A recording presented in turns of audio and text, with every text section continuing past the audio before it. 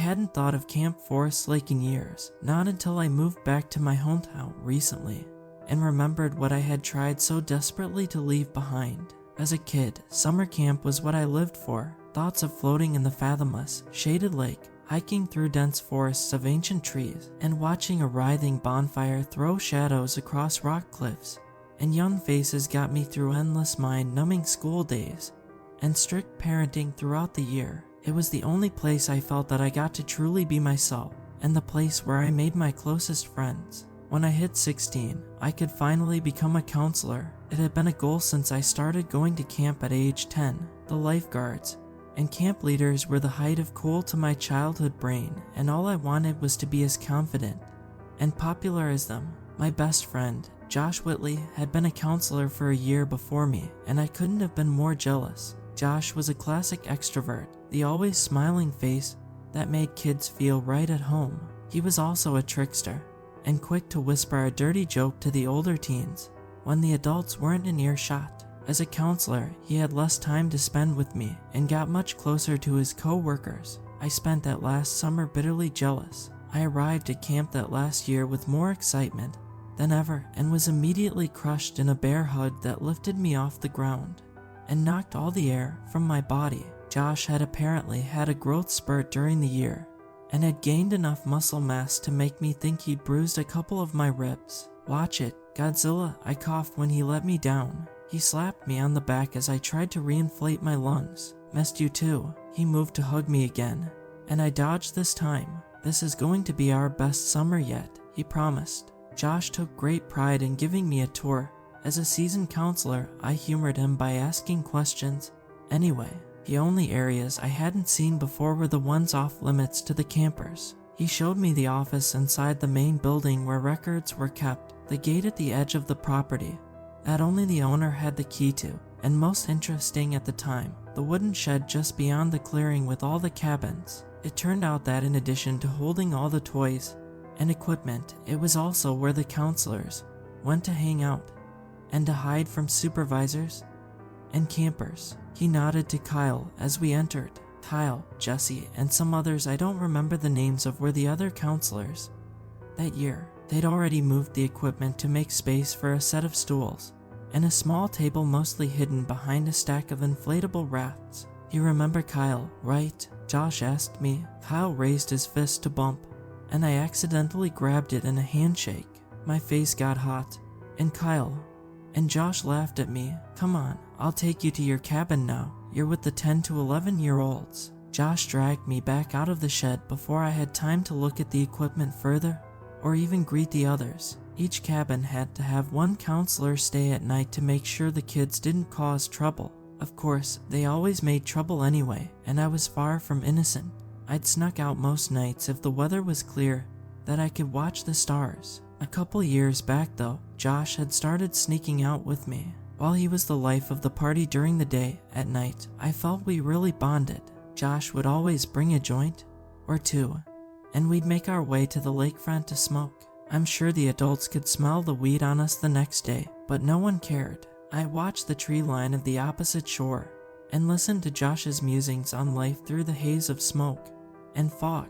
I think weed makes me paranoid though, because once Josh and his joints showed up, I could never shake the nervous feeling of being on display, the amplified feeling of every eye that crickets, frogs, and owls could turn on us. At the time, I chalked it up to nerves. I was just a shy, awkward kid who wanted Josh to like me more than I could admit even to myself, and the smoking added another edge. I was too scared of my parents, and too generally clueless to rebel like this during the rest of the year, so my tolerance was low. That's why the night he brought a new strain his dealer swore by, the night he almost drowned in the lake, we couldn't tell anyone about his near-death experience. I was so scared my parents would drag me away forever, possibly to a military school like my mom would threaten me with if either of us breathed a word. My thoughts were muddy and slow, tuning in and out of Josh's voice like it was a radio channel.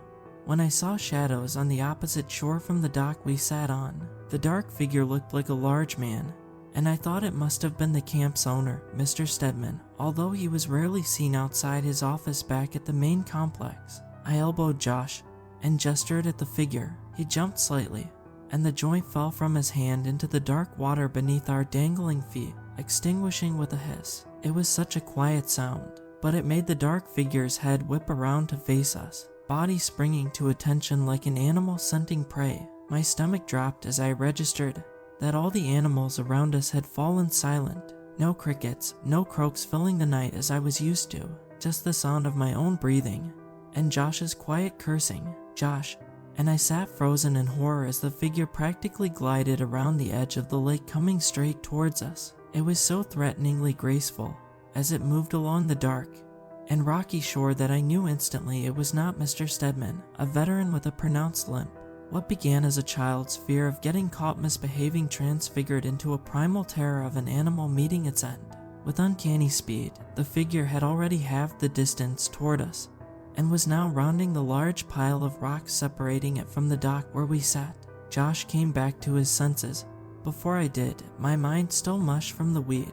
He slid off the dock into the water below and dragged me with him right after. I gasped as I hit the cold water, but it jolted me back into action quickly enough to close my mouth as my head dipped below the surface of the dark water that I avoided filling my lungs with lake. Josh clung to me as our heads surfaced again. He was shaking as much as I was, both from fear and cold, but he pulled me close and we huddled under the dock, trying to tread water and cling to each other at the same time. I looked back to the rocks where the figure had last been and saw nothing. The night was still so quiet. After what felt like ages without any signs of our hunter, I started to swim towards the shore, sure we were no longer being stalked. But as soon as I splashed audibly, we heard footfalls on rock, then onto the creaking wood of the dock.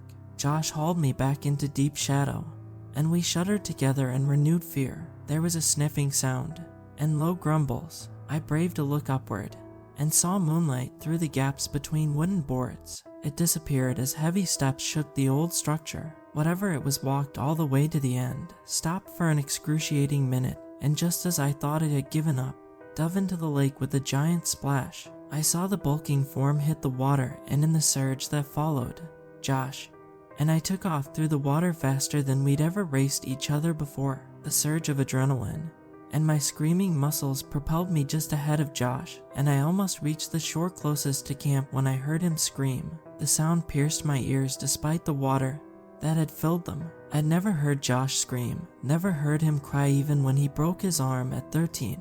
After falling out of a tree, I whipped around just in time to see him dragged downward, his open mouth filled with water, and his scream turned into a gurgle. I grabbed for his outstretched hand and managed a tenuous grip on his wrist, then his arm, and finally, a firm hold on his shirt, still submerged in the water. I yanked with one hand twisted into fabric, and the other arm around Josh's back, and somehow managed to wrench his superior weight free from where he was trapped. His head re-emerged, coughing and spitting up water, and moments later, we flopped onto the ground, thoroughly exhausted. My head felt clearer than it had all night, but I thought I must still be high. I stared out across the lake, and it was as still as glass. No sign of movement, not even wind rippling the water. It was like I imagined the whole thing. I could hear insects again, and the occasional owl. The signs of life resumed as if nothing had disturbed them. Perhaps I had imagined the unnatural silence too. Josh panted next to me, alternately gulping in air and spitting up water. I had one hand pressed to his back, and his skin burned even through his sodden shirt. Once Josh had recovered his breathing, I checked him over for damage. He was missing one shoe, but otherwise unharmed. I hoped it had just gotten stuck on something in the lake. The alternative thought, that the creature we'd seen had almost drowned Josh, was too much to bear. Finally, I broke the silence. What the hell was that? It sounded sharp in the quiet of the night. I couldn't stop scanning the water looking for movement, waiting for something to happen. Josh turned to look at me now. Kyle, he grumbled after he'd spit a last mouthful of water. We started a prank war last year, but this is way too far. I only realized how tense I'd been when an involuntary laugh escaped me. I wanted to believe that the figure that had hunted us was just Kyle, and not what I'd begun to suspect. Josh glared at me. I almost died, dude. Not funny. Sorry, I said. That was messed up. I'm just glad it was Kyle, and not some sort of, some kind of monster. Oh, he'll look like a monster once I'm through with him, Josh grumbled. Tomorrow I'm gonna screw him up. Once Josh could breathe normally again, we got up and made our way back to the cabins. Josh didn't even look back, but I couldn't shake the prickling sensation along the back of my neck that told me we were being watched. Miraculously, the kids I was supposed to be watching were still sleeping as I crept back to bed, but I couldn't sleep that night. Each time I drifted off, I dreamed Josh was drowning, being dragged deep into the lake by a creature much bigger, much stronger than Kyle. Josh confronted Kyle in the storage shed the next day as we were supposed to be preparing for recreational time. It was just the three of us taking down equipment. I'd missed Josh that morning as he'd skipped breakfast, and the bags under his eyes told me he'd slept at least as badly as I had. Kyle and I each held one side of a canoe when Josh suddenly punched Kyle straight in the nose without any warning or restraint. Kyle and his side of the canoe both dropped, and it was all I could do to keep the entire thing from falling right on top of him as he hit the ground, cradling his bleeding nose. Standing over him, Josh looked furious in a way I didn't even know he was capable.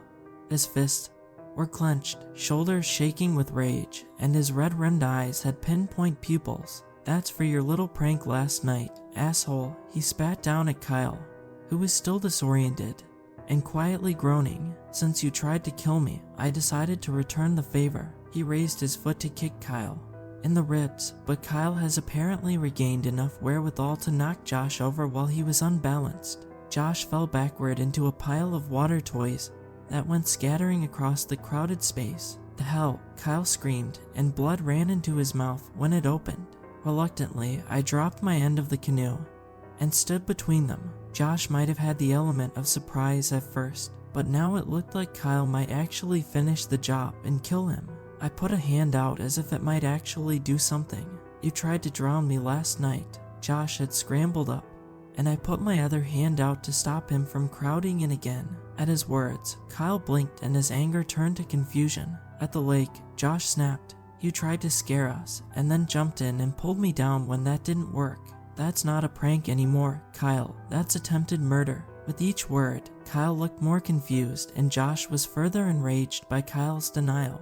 I ended up using both hands to hold Josh back by the end of his rant. "I don't know who you think you saw, but I didn't even go to the lake. I had much more important things to do all night, in this shed, with Jesse, if you know what I mean."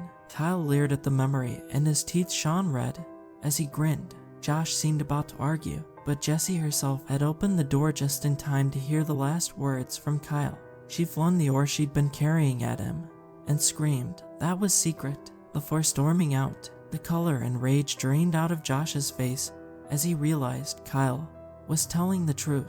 He looked as sick as I felt. If it hadn't been Kyle at the lake last night, then my paranoia might be right. But someone grabbed my leg. I felt it. Josh sputtered. He'd backed into the corner and was shifting his gaze back and forth, begging me to back him up and Kyle to believe him. I nodded. I was there. Someone or something chased us into the lake, then tried to pull Josh down. Kyle blinked at me like he'd just realized I was there, not uncommon for me at the time. Then he said, "Look man, I don't know what happened to you too, but I wasn't there, and it's pretty bad you thought I'd do that to you." He stretched out his hand to Josh and asked, "We even?" Josh reached for the hand automatically and started to answer, "Yeah," when Kyle turned the handshake into a crushing grip and used it to pull Josh straight into a brutal gut punch. I heard the air go out of him and my own ribs twinged in sympathy. "Now we're even," Kyle said, "and if you and your idiot friend ever try to jump me again, you'll wish you had drowned. Both of you." He left after giving me a chilling glare. I reached down to help Josh, who was wheezing for breath, before me for the second time in as many days. Josh was different after that. His once bright and playful personality dimmed more each time I saw him, and he looked tired and drawn. He picked at his meals and probably slept even less. I can't say I was much better. I got flashes of that night when I tried to sleep too. Despite Josh's protests, I went to Mr. Stedman's office and reported the sighting at the lake of some large animal that attacked us. I left out the part about the weed making us hallucinated as human and exactly how late Josh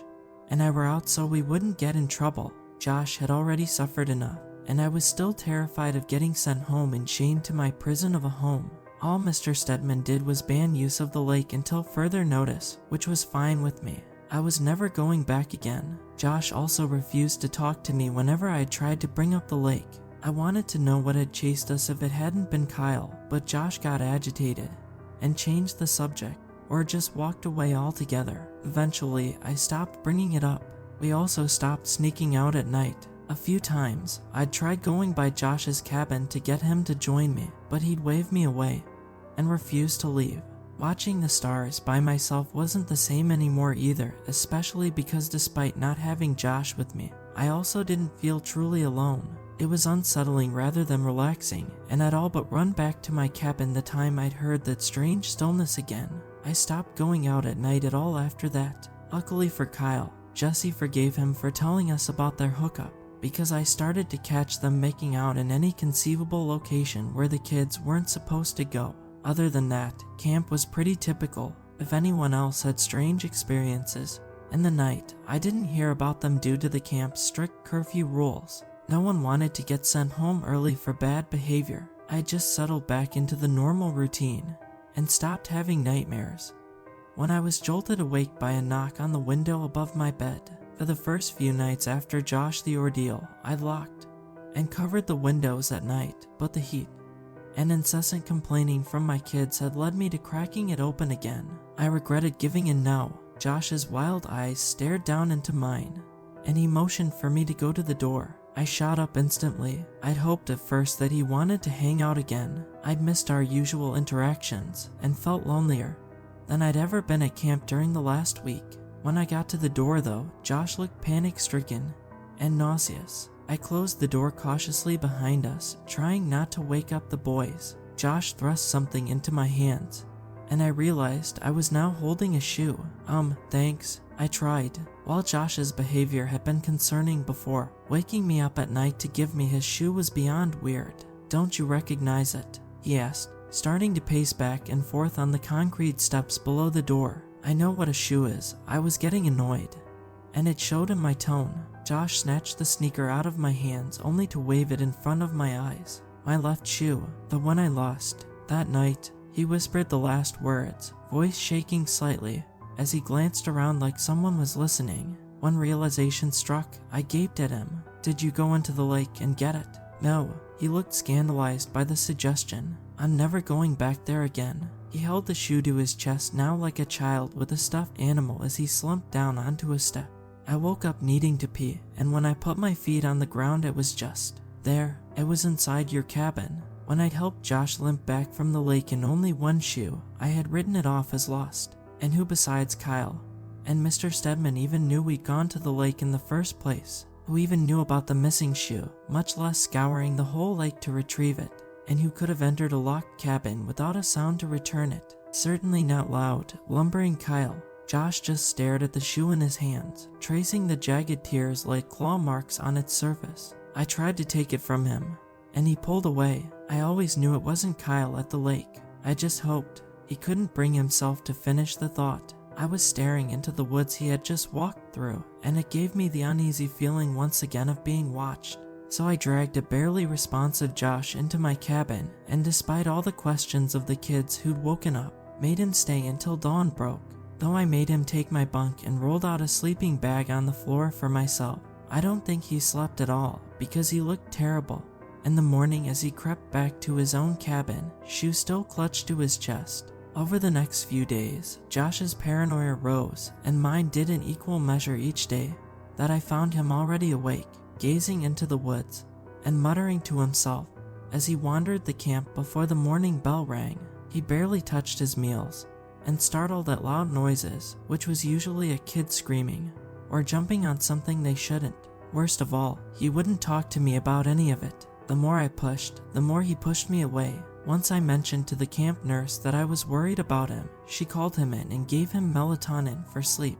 Josh gave me the silent treatment for 2 days. I stopped trying after that, just let my worry fester quietly, as I was accustomed to treating most of my problems and secrets. We had a tradition at Camp Forest Lake that the last week of the summer, the older kids and their counselors would spend a night actually sleeping outdoors, not in wooden cabins and bunk beds as we were used to. Boys and girls split up on 2 different campsites And we did all the classic activities like marshmallow roasts, ghost stories, and for the boys, at least, bug catching. This year my cabin, Josh's, and Kyle's would all be participating, and I could tell Josh dreaded it as much as I did. I used to look forward to real camping night, as it was so creatively called, before the terror that had been instilled in me since the lake incident. Josh faced the day with quiet resolve. We were already a mile into the short hike to the campground when I realized he was wearing the shoe that had been ominously returned to him after he'd shown it to me. I wasn't even sure he'd kept the pair of shoes. If it had been me, I'd have thrown them into the fire, but Josh wore the sneakers, right shoe almost new, and the left shoe shredded and water-stained as he marched resolutely ahead of the group. It was nearing dusk as we reached the clearing, so Kyle quickly started ordering the kids around into preparing tents and a fire. I ended up helping frustrated preteens try to stretch their tents without ripping them, as Kyle cheated tradition by starting the fire with his lighter, even though he was supposed to let the older campers light it with flint and a steel striker. Darkness had settled upon our camp by the time we'd finished setup. I was worn out from breaking up fights between preteens trying to stab each other with leftover tent pegs. As I flopped down onto a log someone had dragged near the large fire crackling over the aluminum-wrapped concoctions we were cooking for dinner. Through the leaping flames, I could see Josh sitting across from me. I jolted as we made eye contact, and I realized he'd been staring for some time. His face looked so hollow and drawn after weeks of fear, and the harsh light flickering over his features seemed to contort them into ghastly expressions. Though he didn't move at all, he only broke the stare when Kyle, noticing his distraction, gave Josh a boisterous shove that almost knocked Josh face first into the fire. Though it forced him to drop the hot dog he'd been charring the skin off, Kyle's push had at least knocked the faraway, glazed look out of Josh for a while and replaced it with a version of his old grin.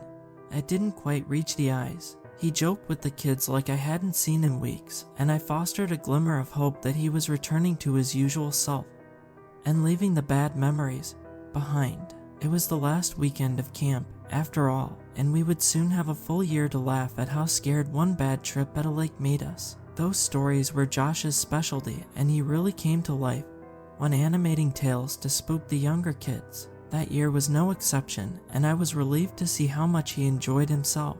I poked the fire to reposition a log that stuck out when Kyle stood up. "I'm going to get more firewood," he told me, but made it loud enough for the group to hear. Kyle ambled noisily into the brush. It was an old trick the counselors liked to play on campers, disappearing into the trees during scary stories and adding sound effects to whatever the storyteller said. Already, one of the younger boys, Dylan was his name, was squeezing my hand to the point that it was going numb. As I was saying, Josh continued, throwing an exaggerated glare over his shoulder in the direction Kyle had gone. "No one knows exactly what the creature looks like, because no one who's seen it has lived. I watched leaves rustle and fall still in Kyle's wake, but the victims had vicious wounds in the body parts that were found."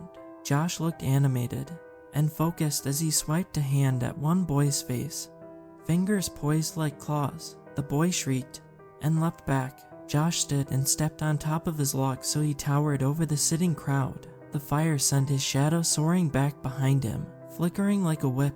"They needed dental records to identify the bodies," Josh added, pulling back his lips on either side to show off as many teeth as possible in a grimace that split his face. The kids were riveted to their spots. The night was so quiet other than Josh's booming voice echoing across the clearing and off the ancient trees. I realized I couldn't hear insects, birds, or even wind, which had previously been whipping the fire into a frenzy. It was like the world held its breath, hanging on Josh's words. Josh stretched a pause for drama's sake, and the complete lack of sound hit me heavily. I got a horribly familiar prickle on my skin, and now it was me crushing poor Dylan's hand until he flinched away from my grip. I could just feel the weight of being watched, and I hoped it was a Kyle sitting right outside my field of vision waiting to be cued by Josh's tail. I desperately wanted to believe that was the case. It's whispered that once the creature picks its prey, it can track the scent to the ends of the earth. Rustling sounded behind Josh, and Kyle made a sniffling, grunting sound like a hunting dog. Your only option is to pray you're not the creature's taste, but you'll never know your fate until you hear the creature howl. Josh glared behind him, and the rustling paused. I said, "Before it eats you, you'll hear a wretched howl." Only the loud snuffling sound again. It was then that Kyle, arms full of sticks, burst into the clearing from the opposite side of our camp. He and Josh stared at each other, Josh frowning, mouth open, and momentum from his story fully derailed. "Kyle, what the heck? You're supposed to howl." Kyle scowled at me. "We actually needed wood." He dropped the bundle and gestured at the bonfire, which had indeed weakened and narrowed its circle of light as the night dragged on. "You were supposed to do the sounds. There's 3 of us for a reason." But no one was listening to Kyle by then, because behind Josh the rustling started again. Josh whipped around and stumbled down from his perch. Campers looked to me and Kyle for reassurance, and I guiltily broke every gaze. I dumped the now whimpering Dylan onto an older kid who was also starting to hyperventilate.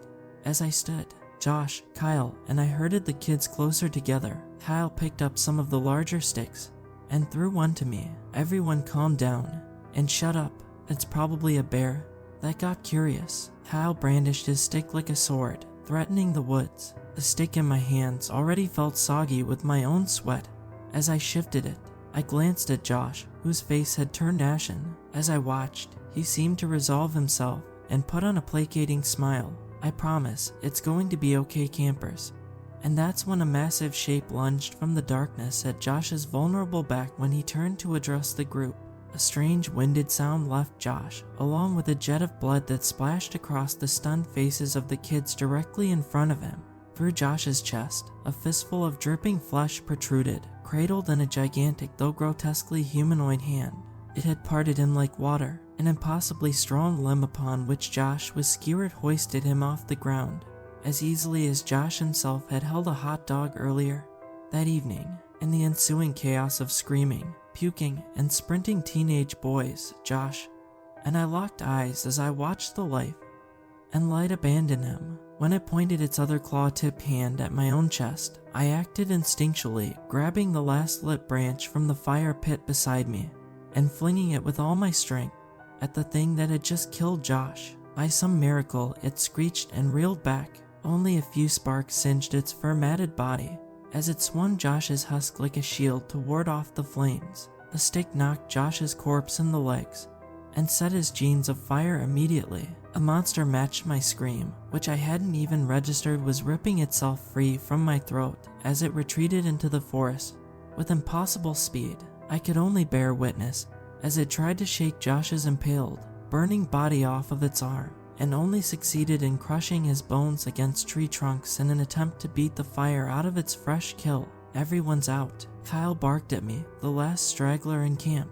I realized he'd herded all the boys onto the trail back to the cabins, and we were the last 2 remaining. The sight of our ruined fire, abandoned tents, and backpacks strewn everywhere, and the trail of smoke lingering in the trees where I'd seen Josh's remains be dragged seared itself into my mind through my smoke and tear-stained eyes. That image has haunted me mercilessly since. I don't remember much of the aftermath. I told the lie so often. I'm sure I muttered it in my sleep to the investigators, therapists, and Josh's poor, grieving parents. Josh's funeral is a blur. What I do remember vividly is sitting in Mr. Stedman's trailer of an office the day after, the day Camp Forest Lake closed forever, and telling him everything. I remember seeing him bury his head in his hands as I described what little of the monster I had seen as he groaned, and whispered not again. That was the only time I was able to be honest. Officially, it was a tragic bear attack. Officially, it was our abandoned campfire that burned the forest down, despite the wildfire starting 3 days after the attack.